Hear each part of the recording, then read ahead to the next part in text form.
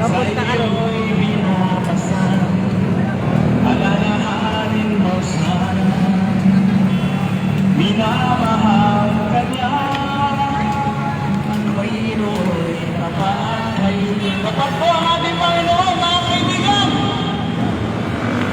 biyaya ng kamay sa tulad ko'y isa pa. Di man karapat-dapat ako ay niligtas. Pangako niya'y inaliba, di tulad ng iba. Ang Panginoon'y tapat kailanman. Tapat po ang Diyos. Napabuti po ng ating Panginoon, mga kapatid. Alam mo, mahal na mahal tayo ng Panginoon. Magpatawad ka na. Kalimutan mo naman ang kasala sa'yo. Minsan ang sakit, iramdaman ay gumula sa ating mga hatred, anger, bitterness. Kaya magpatawad pa po tayo, mga kaibigan. Baka may stronghold tayo. Alam niyo ba ang stronghold? Ang stronghold po, ibig sabihin kapag ka ang sakit, karamdaman, kamatayan ay hindi umaalis sa tahanan, magmadali ka na may stronghold ka. Hindi ka lang fountains of sin. You are as a stronghold sa iyong pamilya. Ang stronghold po, ibig sabihin hindi umaalis sa isang komunidad, lagi may patayan, may mga adik, sa isang sa pamilya ay mayroon mga sakit, karamdaman, sunod-sunod na kamatayan. Magmadali ka, kaibigan, may stronghold ka. Ang mga pagpapalaya lang sa stronghold, madali na kundi si Jesus. Si Jesus lamang ang pwede magpalaya sa stronghold. Minsan, kaya tayo nagkakaroon ng stronghold, hindi umaalis ang sakit, karamdaman sa ating tahanan, ay meron tayong tinatawag na bitterness, jealous, anger. Ang bitterness po ay meron tayong galing po, sinadakit sa ating kapwa, sa ating mga magulang, sa ating kapatid, sa ating kapitbahay. Dala-dala po ng demonyo sa balas. Hanggang hindi po tayo nagpapatawad, hindi po aalis ang stronghold sa ating tahanan, sa ating buhay. Lagi tayo may sakit. Hindi ka tayo makaka-breakthrough. Hindi tayo magpapagulpay.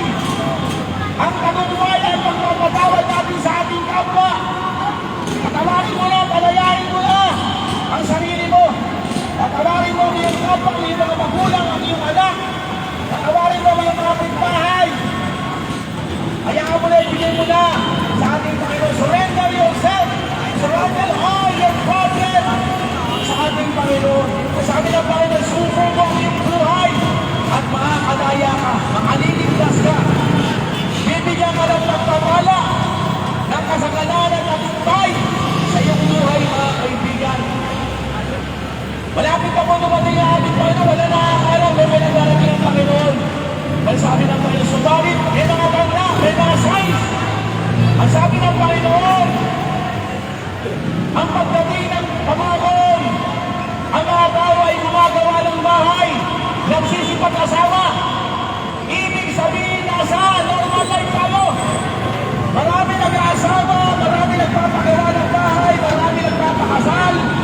Sabi ng Panginoon, pag dumating ang Panginoon, ang pagdating ang pamahon, ay maraming nagsisipag-asawa, maraming nagpapagawa ng bahay. Ibig sabihin, ang mga mundo ay nasa normal life. Sa kamakasay niya, sa kamakasay, nag-aaway-aaway ang mga hari, ang mga pinuno, ang mga bansa sa bansa, nagkakagera.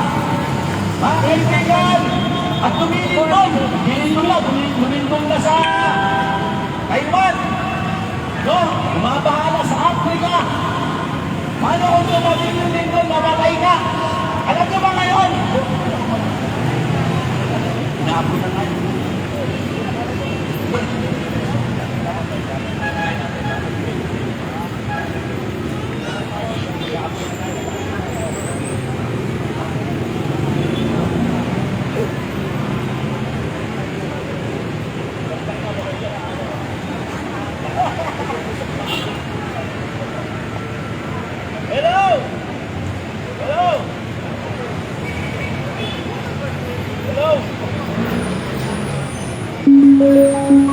Hello.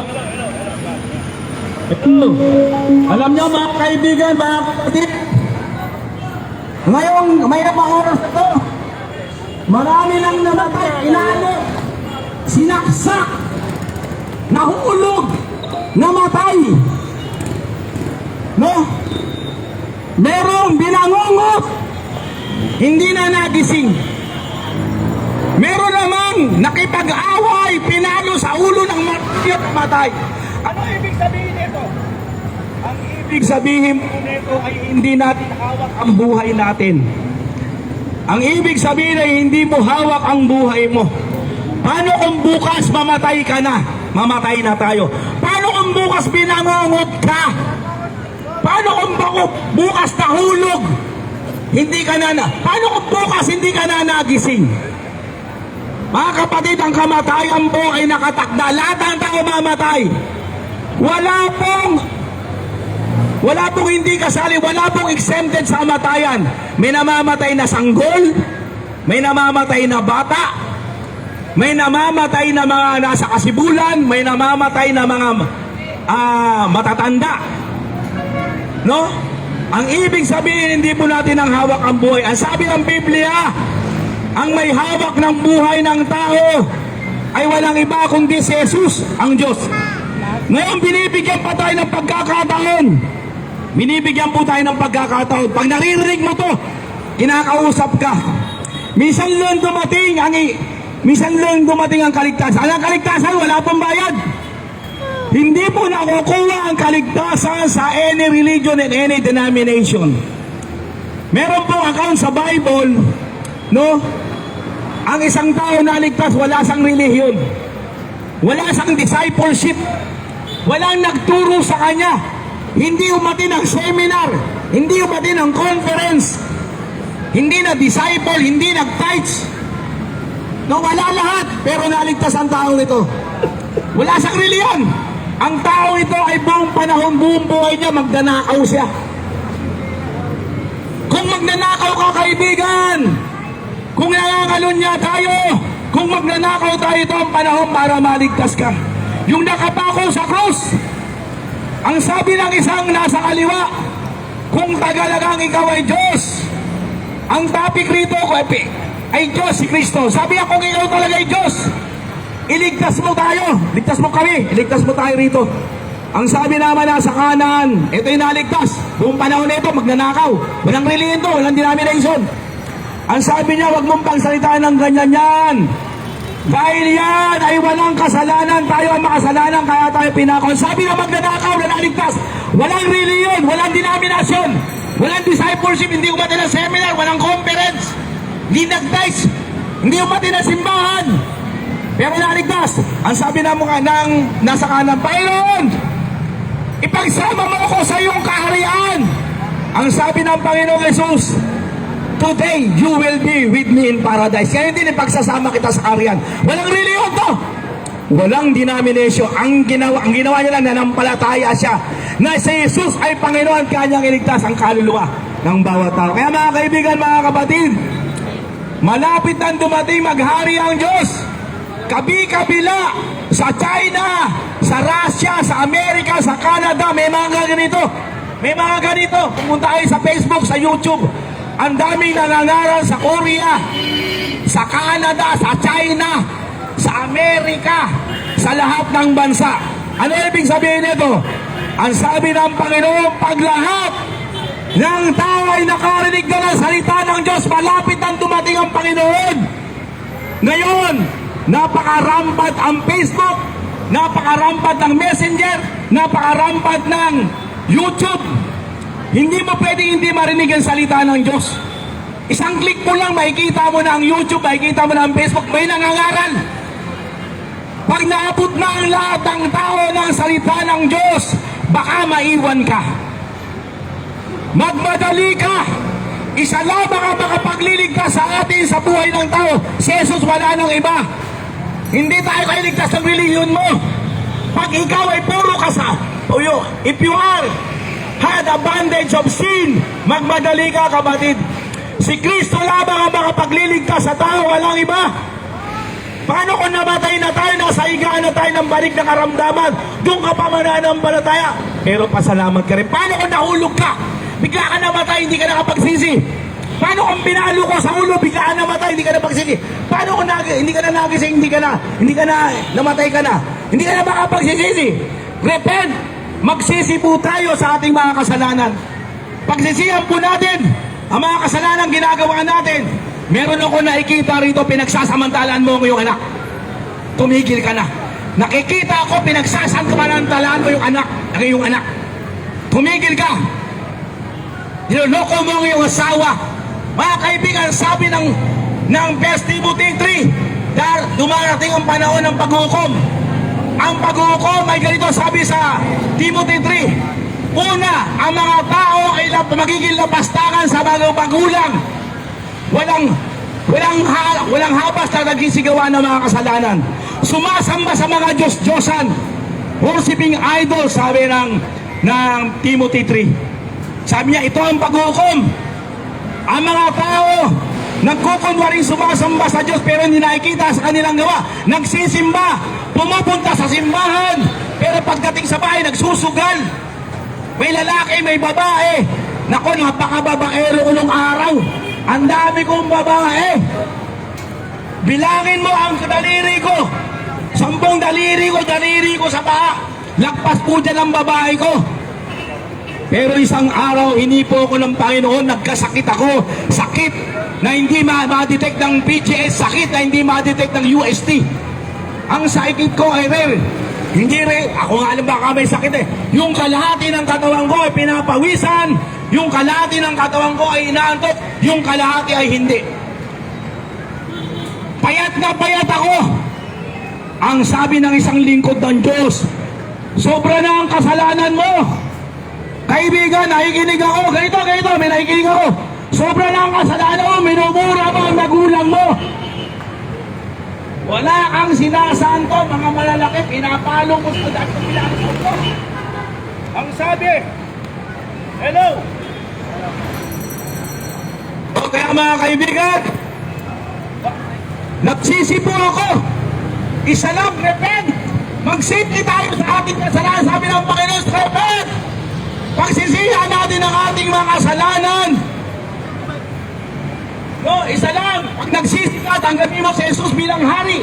Diyos tagapagligtas. Walang ibang makapagliligtas sa'yo. Sa ating kung si Jesus, wala. Si Jesus lamang ay nilagay sa silong ng langit. Sa Acts 4:12, sabi roon, sa silong ng langit, ang pangalan ni Jesus ang nakalagay. Dapat ang titulo mo si Jesus. Dapat ang lisensya mo si Jesus. Hindi tatanggapin rin yun. Ay, anak ako ng pastor. Pinsang ko yung bishop. Pamangkin ako ng pare. Pasuka tayo. Hanggat si Jesus hindi mo sinasampalatayanan, kahit anak ang pastor, pinsan mo pare, hindi ka maliligtas. Ang makapagliligtas lang sa atin, John 14:6. No?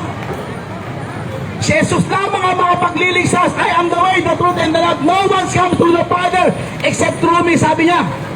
Walang makapupunta sa mga kundi sa pamamagitan ko. Hindi yung mga anak ng doktor, engineer. Hindi ka makakapasok dyan. Kahit hari ka, kahit presidente ka ng Russia, kahit presidente ka ng Pilipinas, kahit presidente ka ng Vietnam, pag wala sa Jesus, basura ka sa Diyos. Mga kapatid, ang kasalanan,